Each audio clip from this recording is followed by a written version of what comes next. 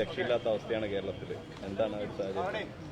ഞാൻ അതിനെക്കുറിച്ച് കമന്റ് ഒന്നും പറയുന്നില്ല. മുഖ്യമന്ത്രിയുടെ ഒരു കപ്പായിട്ടുള്ളൊരു ഇരിപ്പുണ്ടല്ലോ, love you to moon and back എന്ന് പറഞ്ഞ്, ഈ സ്ത്രീകളോടുള്ള അദ്ദേഹത്തിന്റെ, അവരുടെ സുരക്ഷയോടുള്ള അദ്ദേഹത്തിന്റെ ഭയങ്കരമായ താല്പര്യം, ആഘോഷിക്കപ്പെട്ടൊരു താല്പര്യം ഉണ്ടല്ലോ.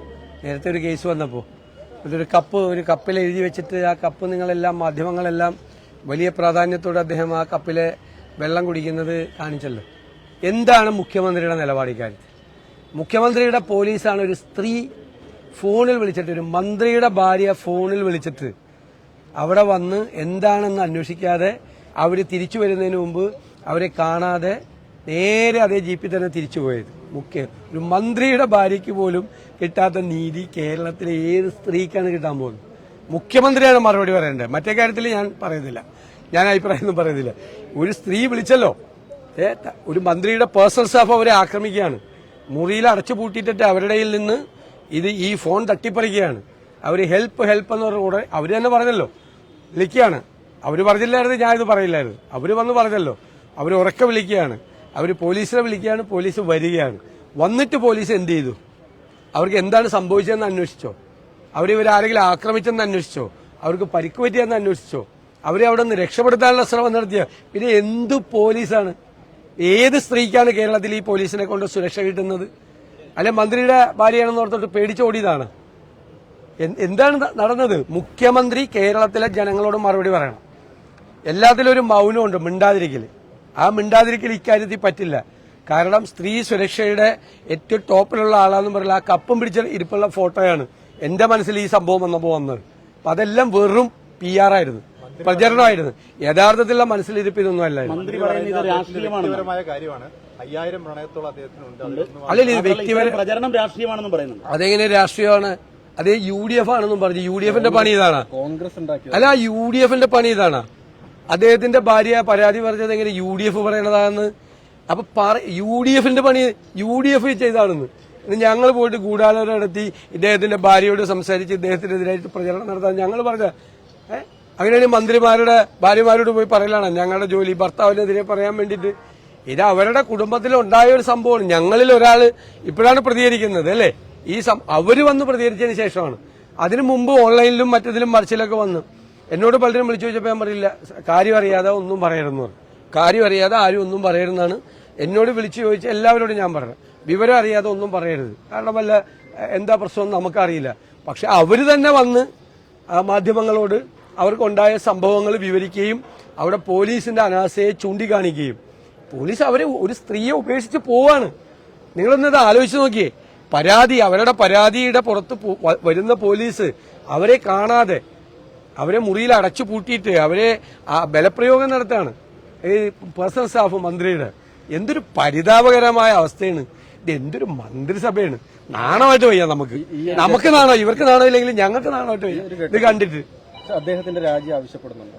അല്ലെന്ന് ഇതിപ്പോ ഞാൻ ചോദിച്ചത്, ഞങ്ങള് ഇത്തരം വിഷയങ്ങൾ വന്നു കഴിഞ്ഞപ്പോൾ കേരളത്തിലെ കോൺഗ്രസ് പ്രസ്ഥാനം എടുത്തൊരു നിലപാടുണ്ട് ഉണ്ടല്ലോ. ആ നിലപാടുണ്ട്. ഞാൻ മുഖ്യമന്ത്രി എന്തു പറയുന്നു എന്നറിയാൻ കാത്തിരിക്കുകയാണ് ഈ വിഷയത്തിൽ. മുഖ്യമന്ത്രി എന്തു പറയുന്നു, എന്ത് നടപടി സ്വീകരിക്കുന്നു എന്നറിയാൻ കാത്തിരിക്കുകയാണ്. ഒന്ന് പറയട്ടെ. ഇപ്പൊ മനസ്സിലായല്ലോ കോൺഗ്രസ് ഇവരൊക്കെ തമ്മിലുള്ള വ്യത്യാസം. ഒരു സ്ത്രീ ആക്രമിക്കപ്പെട്ടു എന്ന് അവരും തന്നെ പറയുകയാണ്. സ്വാഭാവികമായിട്ടും അവർക്ക് നീതി കിട്ടണ്ടേ? അങ്ങനെയാണെങ്കിൽ അതല്ലേ ഏറ്റവും പ്രധാനം. ഞാൻ പറയുന്നത് ഞാൻ അവരുടെ നീതിയെക്കുറിച്ചാണ് സംസാരിക്കുന്നത്. അത് മുഖ്യമന്ത്രിയും കേരളത്തിലെ പോലീസും അവരുടെ ആ പരാതിയുടെ പുറത്ത് എന്ത് നടപടിയാണ് സ്വീകരിക്കുന്നത്? രണ്ടു തരത്തിലുള്ള നടപടി എടുക്കാമല്ലോ, ഞാൻ പറയണ്ടല്ലോ. ഇദ്ദേഹം എന്ത് പറയുന്നു എന്ന് അറിയാൻ ഞങ്ങൾക്ക് താല്പര്യമുണ്ട്. എന്നിട്ട് നമുക്ക് പറയേണ്ട കാര്യമൊന്നുമില്ലല്ലോ ഇതിനകത്ത്, പ്രത്യേകിച്ച് പറയേണ്ട വിശേഷമൊന്നും ഇല്ലല്ലോ ഇതിനകത്ത്.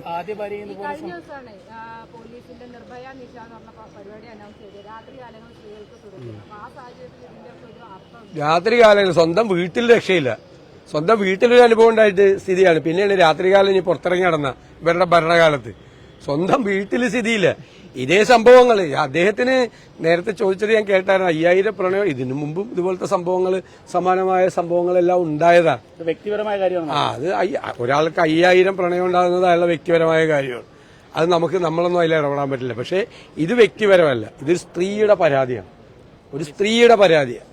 ഒരാൾ എത്ര പേരെ പ്രണയിക്കുന്നു, എത്ര പേരുമായിട്ട് ബന്ധപ്പെടുന്നു എന്നൊക്കെ ഉള്ളത് അയാളുടെ വ്യക്തിപരമായ കാര്യം. അതിലൊന്നും ഞങ്ങൾ ഇടപെടുന്നില്ല, ഓരോരുത്തരുടെ സ്വാതന്ത്ര്യവും. പക്ഷേ ഒരു സ്ത്രീയുടെ പരാതിയാണ്. ഒരു സ്ത്രീയെ മന്ത്രിയുടെ പേഴ്സണൽ സ്റ്റാഫാണ് ആക്രമിച്ചത് മന്ത്രിയുടെ നിർദ്ദേശപ്രകാരം. എന്നിട്ട് പോലീസിനെ വിളിക്കുന്നു, പോലീസ് വരുന്നു, പോലീസ് ഒന്നും ചെയ്യാതെ അവരുടെ പരാതി പോലും കേൾക്കാതെ അവരെ രക്ഷപ്പെടുത്താതെ അവർ മടങ്ങിപ്പോകുന്നു. അവർ ഓടി പുറത്തിറങ്ങി അവരാണ് രക്ഷപ്പെടുന്നത് സ്വയം. അത് പരിതാപകരമായ ഒരവസ്ഥയാണ്. അദ്ദേഹം പറയട്ടെ, മറുപടി പറയട്ടെ. ശ്രീ പിണറായി വിജയൻ മറുപടി പറയട്ടെ. ഈ വേതന വർധന ആവശ്യപ്പെട്ട് നഴ്സുമാർ വലിയ പ്രക്ഷോഭം നടത്തണം. എന്താണ് പ്രതിപക്ഷം? അത് ഗവൺമെന്റ് കൂടി മുൻകൈ എടുത്തത് സെറ്റിൽ ചെയ്യണം. കാരണം എത്രയോ ദിവസമായി ഇതിന്റെ നോട്ടീസും കാര്യങ്ങളും ഈ സമരത്തെക്കുറിച്ചുള്ള പ്രചരണങ്ങൾ നടക്കുന്നു. സ്വകാര്യ ആശുപത്രി, ഗവൺമെന്റ് ആശുപത്രിയിലെ ഡോക്ടർമാർ സമരം നടത്തിയിട്ട് തീർക്കാനുള്ള സർക്കാർ, മനസ്സിലായോ? സ്വകാര്യ ആശുപത്രിയിലെ നഴ്സുമാരും ഗവൺമെന്റ് ആശുപത്രിയിലെ ഡോക്ടർമാരും എല്ലാവരും കൂടി സമരം ചെയ്താൽ നമ്മൾ എങ്ങോട്ട് പോവും? അപ്പൊ അത് ഗവൺമെന്റാണ്, ഒരു ഗവൺമെന്റ് ഉണ്ടെന്ന് തോന്നണം ജനങ്ങൾക്ക്. ഗവൺമെന്റ് മുൻകൈയെടുത്ത് അത് പ്രൈവറ്റ് ഹോസ്പിറ്റൽ മാനേജ്മെന്റുമായിട്ടും ഇവരുടെ സംഘടനാ പ്രതിനിധികളുമായിട്ട് സംസാരിച്ചത് സെറ്റിൽ ചെയ്യണം. അത് ഇപ്പോഴല്ല, നേരത്തെ ഈ സമരം പ്രഖ്യാപിക്കുന്ന സമയത്ത് തന്നെ ഗവൺമെന്റ് മുൻകൈ എടുക്കണം.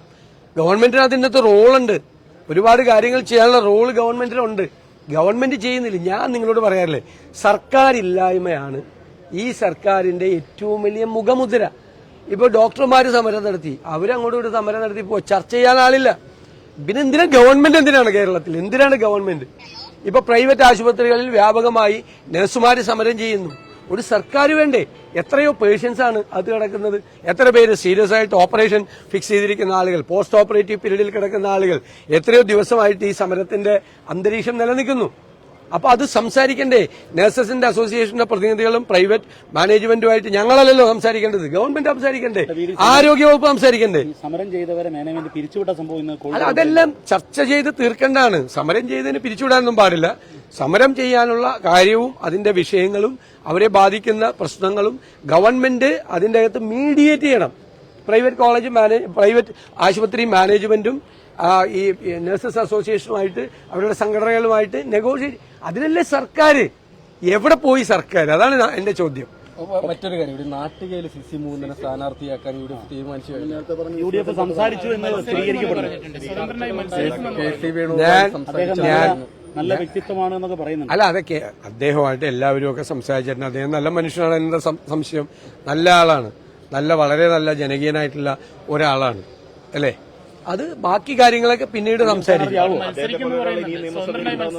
ഇത് ഇപ്പൊ ഞാൻ വിസ്മയം എന്നൊക്കെ പറഞ്ഞപ്പോ നിങ്ങളുടെ ഒരു ചിരി ഉണ്ടായിരുന്നു. എന്ത് വിസ്മയം എന്നുള്ളത്. എത്ര വിസ്മയങ്ങൾ വരുന്നു, ഇനിയുണ്ട്. ഇത് ഈ നാട്ടികയില് മാത്രമല്ലെന്ന് ഒരുപാട് സ്ഥലത്തുണ്ടെന്ന്. മുകുന്ദൻ കൃത്യമായി വിസ്മയത്തിന്റെ ഭാഗമാണ്. ഇതൊക്കെ അതിന്റെ ഭാഗമാണ്. ഇനിയുണ്ട്, തീർന്നിട്ടില്ല. ഇനിയും മുകുന്ദനെ പോലുള്ള വിസ്മയങ്ങൾ ഇനിയുണ്ട്. അല്ല, അതൊക്കെ നമുക്ക് ആലോചിക്കാന്നേ. അതൊക്കെ നമ്മൾ സംഘടനാപരമായി UDF നേതാക്കളെല്ലാം ആലോചിച്ചിട്ടല്ലേ അതിന്റെ തീരുമാനം എടുക്കുന്നത്. അല്ല, UDF നേതാക്കളുമായിട്ട് അവരെല്ലാവരും ബന്ധപ്പെടുന്നുണ്ടെന്നേ, പലതരത്തിൽ ബന്ധപ്പെടുന്നുണ്ട്. ഞാനതല്ലേ പറഞ്ഞു, ഒരു CC മുകുന്ദനിൽ തീരില്ല.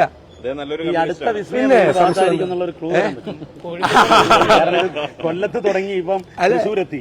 അല്ല, കൊട്ടാരക്കര വന്നല്ലോ, ഇപ്പൊ തൃശ്ശൂരെത്തിയല്ലോ, പാലക്കാട് വന്നല്ലോ. അപ്പൊ ഇനി എത്ര സ്ഥലങ്ങളിലുണ്ട്? ഇനി 2-3 ആയല്ലോ ഇപ്പൊ തന്നെ. ശശിയും UDF സ്ഥാനാർത്ഥിയാവും. അല്ല, ഞാൻ ഇവരെ ആരെയും സ്ഥാനാർത്ഥിയാണ് ആരെയല്ലോ പറഞ്ഞത്. സ്ഥാനാർത്ഥികളെ തീരുമാനിച്ചിട്ടില്ല. എന്റെ സ്ഥാനാർത്ഥിത്വം പോലും തീരുമാനിച്ചിട്ടില്ല UDF-ൽ. ഞാൻ UDF parliamentary chairman, UDF chairman എന്റെ സീറ്റ് പാർട്ടി തീരുമാനിച്ചിട്ടില്ല. അപ്പൊ ഇവരൊക്കെ എങ്ങനെ തീരുമാനിക്കണം? അത് ഒരു സിറ്റിംഗ് MLA-മാരുടെ തീരുമാനിച്ചിട്ടില്ല. അതൊക്കെ ചർച്ച വരുള്ളൂ. ഞാൻ പറഞ്ഞിപ്പോ 3 ആയില്ലേ, 3 വിസ്മയായില്ലേ, ഇനിയുണ്ടാവും. അതൊക്കെ ഇന്നും നാളെയായിട്ട് തീരും. ഞാൻ എന്റെ കാര്യത്തിൽ തീരുമാനമായിട്ടില്ല. അപ്പോഴാണ് PK ശശിയുടെ കാര്യത്തിൽ.